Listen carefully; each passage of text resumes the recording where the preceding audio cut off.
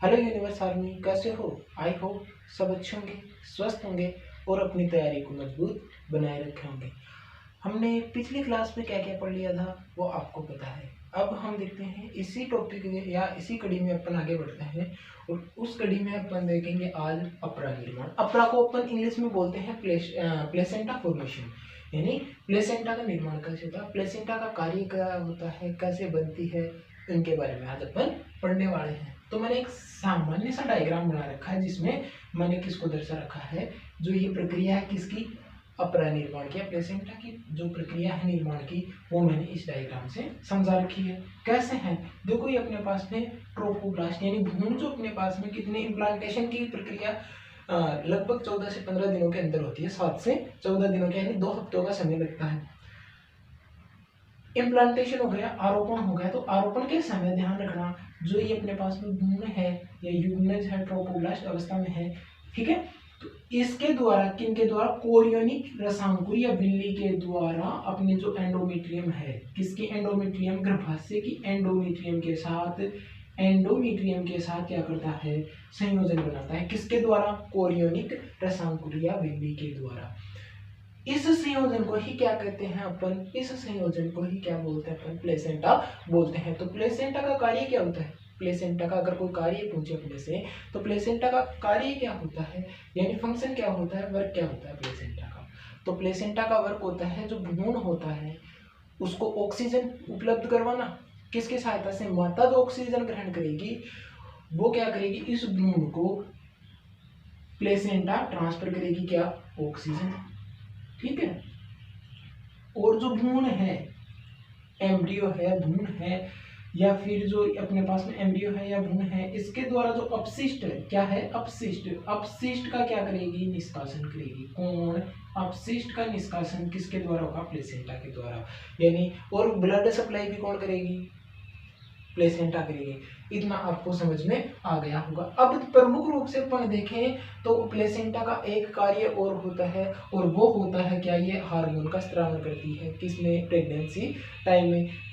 अपना निर्माण होगी कब, प्रेगनेंसी टाइम में होगा, ये आपको ध्यान रखना। तो प्रेगनेंसी टाइम में हार्मोन्स का, कुछ हार्मोन होते हैं उनका क्या करती है, सिक्रेशन करती है। प्रमुख रूप से कितने प्रकार के, 5 प्रकार के हार्मोन होते हैं जिनका ये क्या करती है, स्त्रावण करती है, स्त्रावण करती है, सिक्रेशन करती है।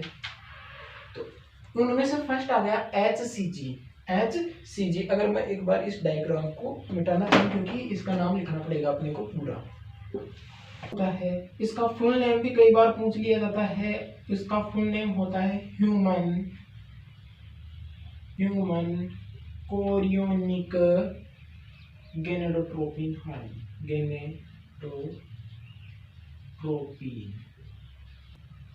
HCG का पूरा नाम क्या होता है, ह्यूमन कोरियोनिक यानी कोरियोनिक रसांकुर, किसके मध्य, भ्रूण और एंडोमेट्रियम के, गर्भाशय की जो एंडोमेट्रियम होती है उनके मध्य कौन से रसांकुर बिल्ली पाए जाते हैं, वो पाए जाते हैं कोरियोनिक। तो कोरियोनिक, ह्यूमन कोरियोनिक गेनेडोट्रोपिन आपको ध्यान रखना है। HPL का नाम देखें तो H का मतलब ह्यूमन, ठीक, प्लेसेंटल लेक्टोज।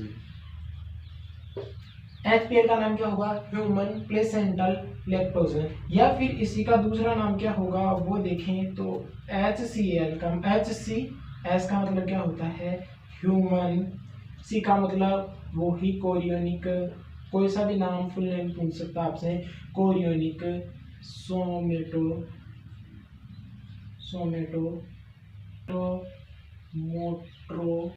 मेट्रोपिन। इसका नाम क्या होगा, HCS का, ह्यूमन कोरियोनिक सोमेटोमोट्रोपिन। एस्ट्रोजन अपने को पता ही है, प्रोजेस्टेरोन अपने को पता ही है, और रिलैक्सिन हार्मोन भी, इसके बारे में आप ध्यान रखना। रिलैक्सिन हार्मोन कुछ मात्रा में ही प्लेसेंटा के द्वारा स्रावित होता है, कुछ मात्रा ही प्लेसेंटा क्या करती है, सिक्रेशन करती है, प्लेसेंटा क्या करती है, स्रावित करती है। लेकिन अधिक मात्रा किससे स्रावित होती है, अधिक मात्रा किससे स्रावित होती है, वो ध्यान रखना, अंडाशय से या ओवरी से। अब इनके कार्य क्या होते हैं वो अपन पढ़ेंगे। तो अपरा निर्माण में आपको फॉर्मेशन के बारे में बता दिया। यहाँ से क्वेश्चन बन सकता है कि जो एंडोमेट्रियम होती है, एंडोमेट्रियम गर्भाशय की एंडोमेट्रियम और भ्रूण के मध्य कौन से रसांकुर पाए जाते हैं? कोरियोनिक या लीली रसांकुर पाए जाते हैं। ठीक है, लीली रसांकुर पाए जाते हैं कौन से? कोरियोनिक।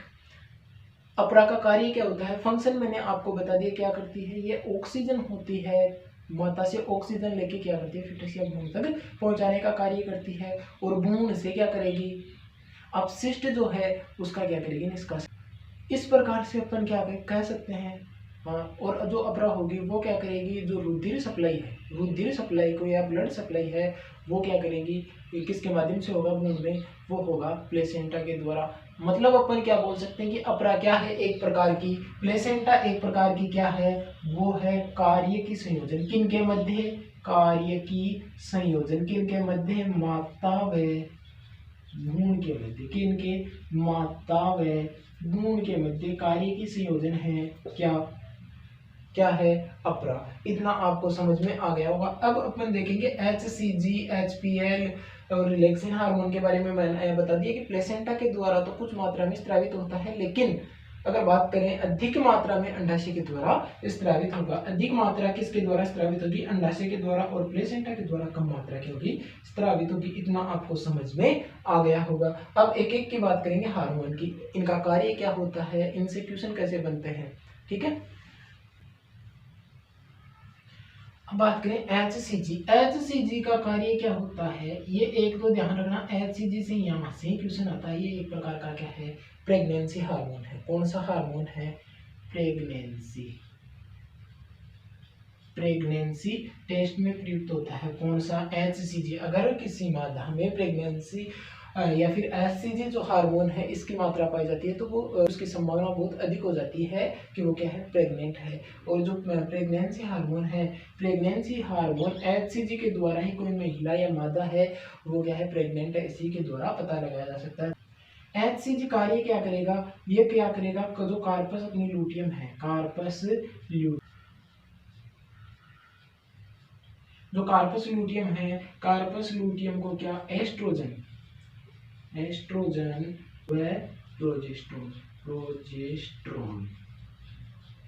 एस्ट्रोजन व प्रोजेस्टेरोन हार्मोन का क्या करेगी, एस्ट्रोजन व प्रोजेस्टेरोन जो हार्मोन होता है, हार्मोन इनका क्या करेगी, सिक्रेशन करेगी या बढ़ाने को बोलेगा कौन, HCG, ताकि क्या होगी, जो एंडोमेट्रियम है, क्यों, क्योंकि जो एंडोमेट्रियम है ना, एंडोमेट्रियम का स्तर है वो मोटा रहे, एंडोमेट्रियम का जो स्तर है ना वो क्या रहे, मोटा रहे।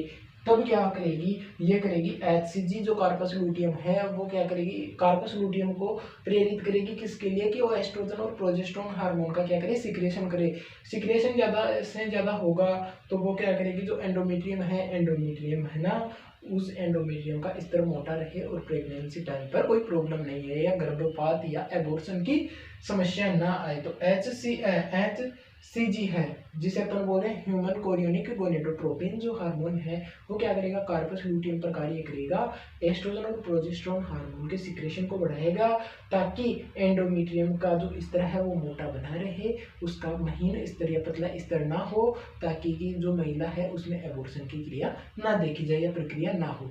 इतना आपको HCG के बारे में समझ में आ गया होगा। यहाँ से ही क्वेश्चन बनने के चांसेस होते हैं। और अपरा के बारे में मैंने आपको बता दिया। अपरा क्या है, माता और भ्रूण के बीच में कार्य की संयोजन। और कौन सा रसांकुर पाए जाते हैं, कोरियोनिक रसांकुर। कौन से रसांकुर, कोरियोनिक रसांकुर। कार्य क्या होते हैं मैंने आपको बता दिया, ब्लड सप्लाई, ऑक्सीजन और अपशिष्ट का निष्कासन। अब अपने पास में आता है दूसरा HPL। HPL का मैंने नाम क्या बताया था, फुल नेम बताया था, ह्यूमन प्लेसेंटल और लैक्टोज। तो अब आपको बताया गया कि लैक्टोज से संबंधित है तो ये क्या करेगा, भ्रूण में जो ग्लूकोज है, ग्लूकोज व अमाइनो एसिड का स्तर बनाए रखेगा। ये क्या करता है, किसमें, ब्लड में, इन ब्लड। ये क्या करेगा, HPL क्या करेगा, ग्लूकोज व अमाइनो एसिड का स्तर क्या करेगा, स्तर बढ़ा देगा, किसमें, ब्लड में, किसमें, ब्लड में। और ब्लड किसका, भ्रूण ब्लड में। तो HPL क्या करेगा, ये ब्लड में क्या करेगा, ग्लूकोज और अमाइनो एसिड के स्तर को बढ़ाने में सहायता करेगा। कौन, HPL या HCG, जिसे अपन बोल रहे हैं क्या, ह्यूमन P का मतलब प्लेसेंटल और L का मतलब लैक्टोज। ये हार्मोन दो अपने पास में हार्मोन कंप्लीट हो गए। अब अपन पढ़ेंगे रिलैक्सिन हार्मोन। रिलैक्सिन हार्मोन कहाँ पे कार्य करता है? मैंने बता दिया प्लेसेंटा बहुत कम मात्रा में स्रावित करती है, अंडाशय के द्वारा अधिक मात्रा में होता है। तो ये क्या करता है? प्रसव में सहायक है। क्या करेगा? प्रसव में सहायक यानी पास्चुरेशन की जो क्रिया है, पास्चुरेशन या प्रसव या डिलीवरी के टाइम पर कौन सा रिलैक्सिन हार्मोन काम करेगा? कौन सा हार्मोन काम करेगा? रिलैक्सिन हार्मोन काम करेगा। रिलैक्सिन हार्मोन अब देखो प्रसव के टाइम पर तो ज्यादा रिलैक्सिन हार्मोन स्रावित होता है, लेकिन थोड़ी थोड़ी मात्रा में पहले भी हार्मोन स्रावित रहता है, तो स्रावित होता रहता है। तो ये जो गर्भाशय है या यूट्रस की जो मायोमेट्रियम है, यूट्रस की जो मायोमेट्रियम है,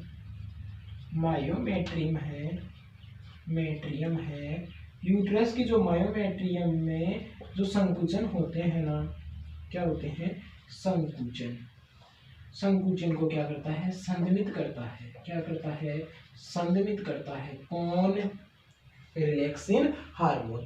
हार्मोन के बारे में आपको समझ में आ गया होगा। अपरा जो प्लेसेंटा फॉर्मेशन है इसके बारे में आपको पता होगा। कार्य की संयोजन क्या है?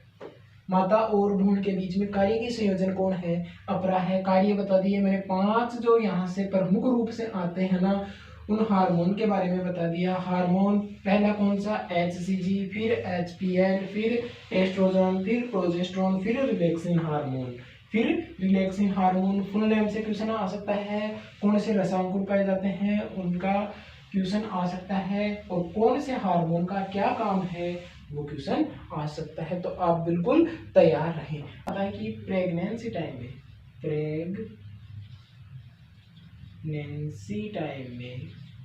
प्रेगनेंसी में कौन से हार्मोन, प्रेगनेंसी में कौन से हार्मोन स्रावित होते हैं? प्रेगनेंसी में कौन से हार्मोन स्रावित होते हैं, ये अपने पास में क्वेश्चन है, और ऑप्शन अपने पास में ये आ गए। तो ध्यान रखना, एस्ट्रोजन और प्रोजेस्टेरोन हार्मोन है ना, वो प्रेगनेंसी टाइम में स्रावित होते हैं, लेकिन उसके बाद में भी स्रावित होते हैं। आपको मैंने कहाँ पे पढ़ाया था? मेंस्ट्रुअल साइकिल में भी पढ़ाया था। एस्ट्रोजन और प्रोजेस्टेरोन का स्तर, मतलब प्रेगनेंसी टाइम में तो होते ही हैं, लेकिन केवल अगर यहाँ पे यह शब्द लगाएं, केवल प्रेगनेंसी टाइम में हार्मोन स्रावित होते हैं, तो वो कौन कौन से होते हैं? HCG, HPL और रिलैक्सिन हार्मोन। ध्यान रखना, 3 हार्मोन ऐसे होते हैं जो कि HPL, HCG और रिलैक्सिन हार्मोन है, जो कि प्रेगनेंसी हार्मोन कहलाते हैं। प्रेगनेंसी टाइम में ही क्या होते हैं? स्रावित होते हैं। और आपको पता है HCG और HPL दोनों प्लेसेंटा के द्वारा स्रावित होते हैं, और एकमात्र ऐसा रिलैक्सिन हार्मोन है, कौन सा रिलैक्सिन हार्मोन है, जो कि किसके द्वारा? प्लेसेंटा के द्वारा भी और यूट्रस के द्वारा भी स्रावित होता है। कौन? Relaxin hormone. तो आपको इतना पता होना चाहिए। अब अपन पढ़ेंगे प्लेसेंटा के टाइप। अपरा के प्रकार कहाँ पे? मानव में। अपरा के प्रकार, और कहाँ पे पढ़ेंगे? किन में पढ़ेंगे? मानव में पढ़ेंगे। मानव कौन सा है? मैमल्स है। इसके बारे में चर्चा करेंगे जैसे जैसे अपन आगे बढ़ते जाएंगे। मैमल्स यानी अपरा के प्रकार किन में? मानव में पढ़ेंगे। तो अपरा टाइप्स ऑफ प्लेसेंटा कितने प्रकार की होती है मानव में? 3 प्रकार की होती है। यहाँ से स्ट्रेट फॉरवर्ड क्वेश्चन आता है, जो चीजें लिखा रहा हूँ वहां से क्वेश्चन आता है, समझने की ज्यादा कोई बात नहीं है। एलेंटो कोरियोनिक नंबर दूसरी है, यानी एलेंटो कोरियोनिक अपरा, ये प्लेसेंटा। उसके बाद में है डेसिडुएट अपरा प्लेसेंटा। और तीसरा प्रकार है वो है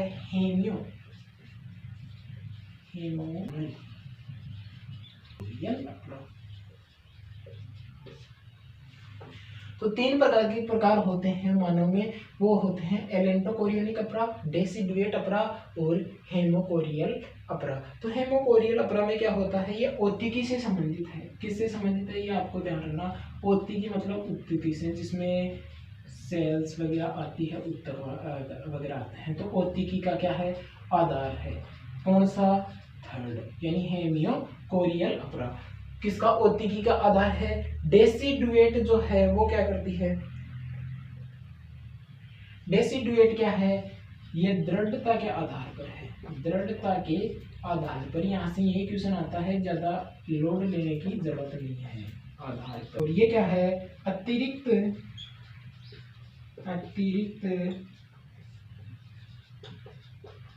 गुणीय झिल्ली के आधार पर। मतलब क्या हुआ, तीन प्रकार की अपरा होती है, कौन सी, एलेंटोकोरियनिक अपरा, डेसिडुएट अपरा और हेमियोकोरियल अपरा। जो लास्ट वाली है हेमियोकोरियल अपरा है वो ओतिकी के आधार पर है, डेसिडुएट अपरा है वो दृढ़ता या अंतरांगों की दृढ़ता के आधार पर है, और एलेंटोकोरियनिक जो अपरा है वो अतिरिक्त भूमि झिल्ली के आधार पर है। यहाँ से ज्यादा क्वेश्चन नहीं बनता, आपको सिंपल ध्यान रखना है इनका नामकरण या इनके जो प्रकार है यहाँ पे और क्या क्या आधार है, बाकी इनसे ज्यादा क्वेश्चन नहीं बनता अपरा के प्रकार से। लेकिन इसका मतलब ये नहीं है कि आपको पढ़ना नहीं है, आपको बिल्कुल पढ़ना है पूरा। जो मैं बता रहा हूँ वो इम्पोर्टेंट है, जितना बता रहा हूँ वो इम्पोर्टेंट है, उसको पढ़ते रहिए, बाकी अदरवाइज ज़्यादा पढ़ने की तो आपको कोई ज़रूरत नहीं है। अब अपन चलते हैं आगे। अब अपन पढ़ेंगे, वो पढ़ेंगे यूम्बिलिकल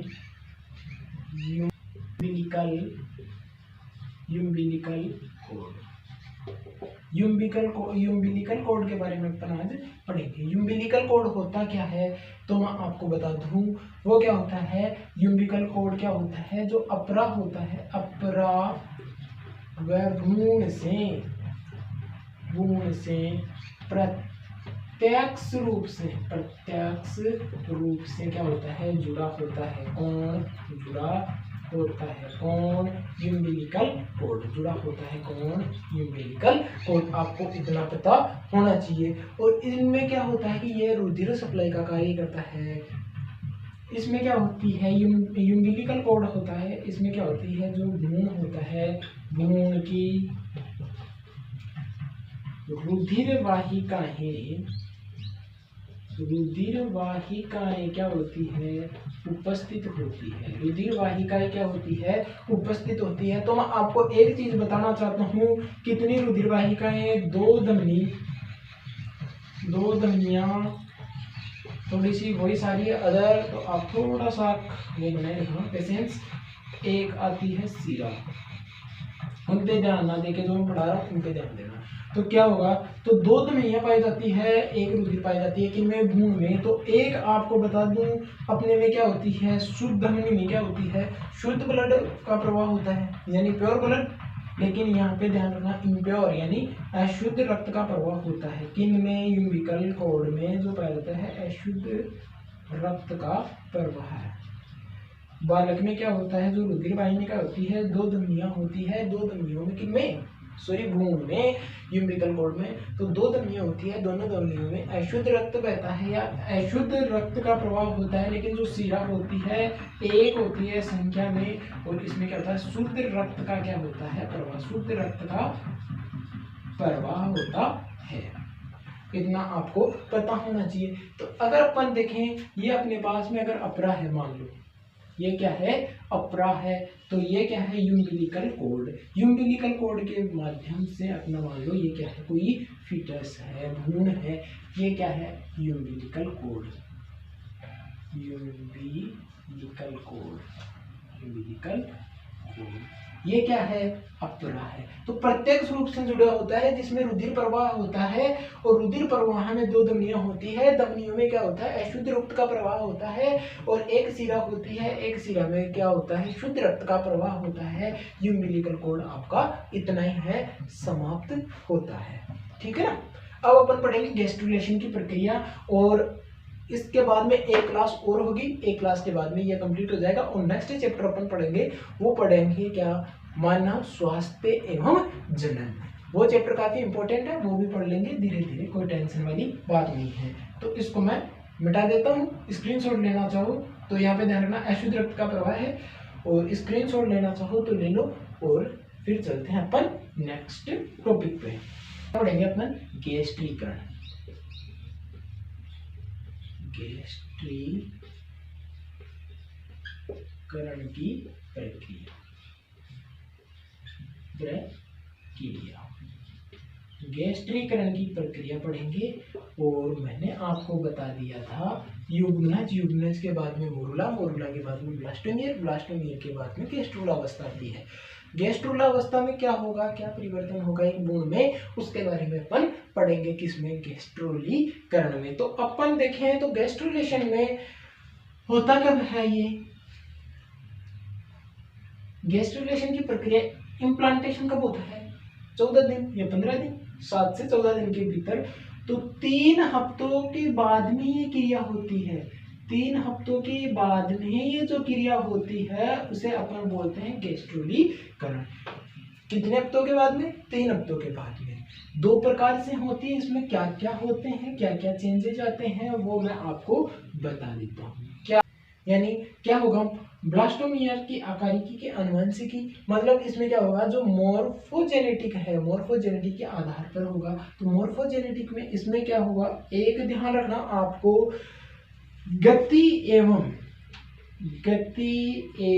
जनन स्तर का जो निर्माण होगा ना, जनन स्तर का निर्माण किसमें होगा, गैस्ट्रुलेशन की प्रक्रिया में। जनन स्तर कितने, 3 हैं। कौन कौन से, एंडोडर्म, मेसोडर्म और एक्टोडर्म, एंडोडर्म, मेसोडर्म और एक्टोडर्म। अब ये बनती कैसे हैं, सर्वप्रथम बनती है वो बनती है एंडोडर्म। क्या बनती है, एंडोडर्म, सर्वप्रथम बनने वाला स्तर है वो एंडोडर्म बनता है। दूसरे नंबर पर बनता है वो बनता है एक्टोडर्म, लेकिन इनके अंदर कौन सा आता है, मेसोडर्म। यानी दोनों के बीच में कौन सा है, मेसोडर्म, और एक्टोडर्म दूसरे नंबर पर बनता है, और मेसोडर्म सबके लास्ट में बनता है। और लास्ट का कौन सा है, एक्टोडर्म। क्रम क्या होता है इनका, अगर आंतरिक रूप से देखें तो ये एंडोडर्म, फिर इसके अंदर क्या होगा, मेसोडर्म, और सबसे बाहर क्या होगा, एक्टोडर्म। तो सबसे पहले कौन सा बनेगा, सबसे पहले फॉर्मेशन होगा वो होगा एंडोडर्म का, सबसे पहले फॉर्मेशन होगा ना वो क्या होगा, एंडोडर्म का। मेसोडर्म सबके लास्ट में, और एक्टोडर्म ये क्या होगा, सबके लास्ट। सबसे लास्ट में कौन सा होगा, वो होगा अपने पास में मेसोडर्म का निर्माण, और एक्टोडर्म का निर्माण सेकंड नंबर पर होगा। इतना आपको पता होना चाहिए। फिर अगर बात करें इधर क्या होगा, ये जैसे ही गैस्ट्रुलेशन की प्रक्रिया होगी तो अपने पास में बताया था ब्लास्टोसील जो गुहा है, ब्लास्टोसील गुहा क्या हो जाएगी, नेस्ट हो जाएगी, और आर्कियनट्रॉन गुहा का निर्माण हो जाएगा, मतलब आंत का निर्माण हो जाएगा। नई गुहा कौन सी बन जाएगी, आर्कियनट्रॉन, यानी आंत का निर्माण हो जाएगा, आंत का निर्माण हो जाएगा। और जो गुहा का नाम क्या है, आर्कियनट्रॉन। आर्कियनट्रॉन गुहा का क्या होगा, नई गुहा विकसित हो जाएगी, आर्कियनट्रॉन गुहा का क्या हो जाएगा, निर्माण हो जाएगा। किसमें, गैस्ट्रुलेशन की प्रक्रिया में। आपको इतना पता होना चाहिए कि गैस्ट्रुलेशन की प्रक्रिया में क्या क्या होता है। 3 हफ्तों के बाद में गैस्ट्रुलेशन की प्रक्रिया होती है। ब्लास्टोमियर्स के आकार के आनुवंशिक के आधार पर देखें तो ये क्या होगा, इसमें गति एवं जनन स्तर का निर्माण हो जाएगा। सबसे पहले बन रही है एंडोमेट्रियम, मेसोडर्म सबके बाद में, सबसे पहले बन रही है एंडोडर्म, उसके बाद में जो मेसोडर्म है वो सबके लास्ट में बन रही है। एक्टोडर्म सेकंड पर बन रही है, लेकिन सबसे बाहर पाई जाती है एक्टोडर्म। और ब्लास्टोसील गुहा इसमें नष्ट हो जाती है, और आर्कियनट्रॉन नई गुहा निर्माण हो जाती है, और इसमें क्या हो जाता है, आंत का निर्माण हो जाता है। किसमें, भ्रूण में। जो आर्कियनट्रॉन है इसका जो ओपनिंग क्या है, भाग है, उसको अपन बोलते हैं ब्लास्टोमियर। क्या बोलते हैं, ब्लास्टोमियर, ब्लास्टोपोर या ब्लास्टोमियर, इसको बोलते हैं ब्लास्टोपोर। क्या बोलते हैं, ब्लास्टोपोर या छिद्र, ब्लास्टोपोर। मैंने नियम लिख दिया था श्योरी इसके लिए। ब्लास्टोपोर होता है किसमें, गैस्ट्रुलेशन की प्रक्रिया में। इतना आपको समझ में आ गया होगा। अब अपन डायग्राम के माध्यम से भी देखें क्या, तो डायग्राम के माध्यम से भी देख लेते हैं। लेकिन आपको इतनी बात बता दूं, अपन ने पीछे ही पढ़ा था किसका, अपने निर्माण की डेसिडुएट जो निर्माण है उसमें टाइप पढ़े थे प्राकीय प्लेसेंटा के, डेसिडुएट प्लेसेंटा। तो डेसिडुएट प्लेसेंटा से एक टर्म और निकल के आती है, वो क्या आती है, जब यानी अंतःरोपण के बाद में जो गर्भाशय है या यूट्रस है वो क्या कहलाता है, वो कहलाता है डेसिडुआ। क्या कहलाता है, यानी अंतःरोपण या आरोपण के बाद में या इम्प्लांटेशन के बाद में जो यूट्रस है वो क्या कहलाता है, वो कहलाता है डेसिडुआ। इतना आपको ध्यान रखना है।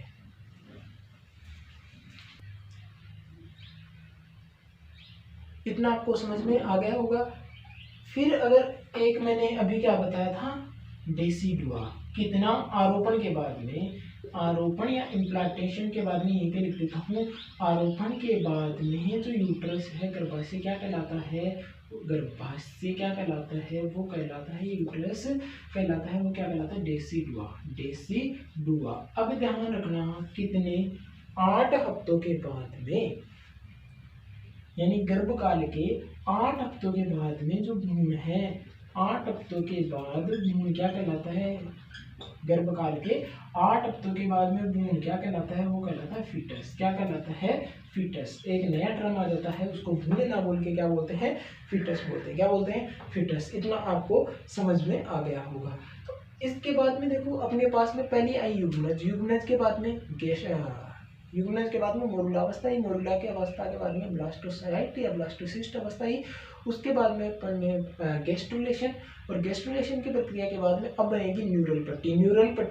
न्यूरल पट्टी का निर्माण होगा जिसमें अंग जनन बने। न्यूरल पट्टी की अवस्था आ गई, और उसके बाद में कौन से यानी कितने टाइम में कौन से अंग का विकास हो रहा है वो अपन पढ़ेंगे नेक्स्ट क्लास में। तो आई होप आज की क्लास आपको पसंद आई होगी। अगर क्लास आपको पसंद आई है तो आप ज़्यादा से ज़्यादा क्लास को लाइक शेयर सब्सक्राइब करते रहिए और अपने दोस्तों के पास भेजते रहिए। मिलते हैं जल्दी नेक्स्ट क्लास में, तब तक के लिए जय हिंद, जय भारत।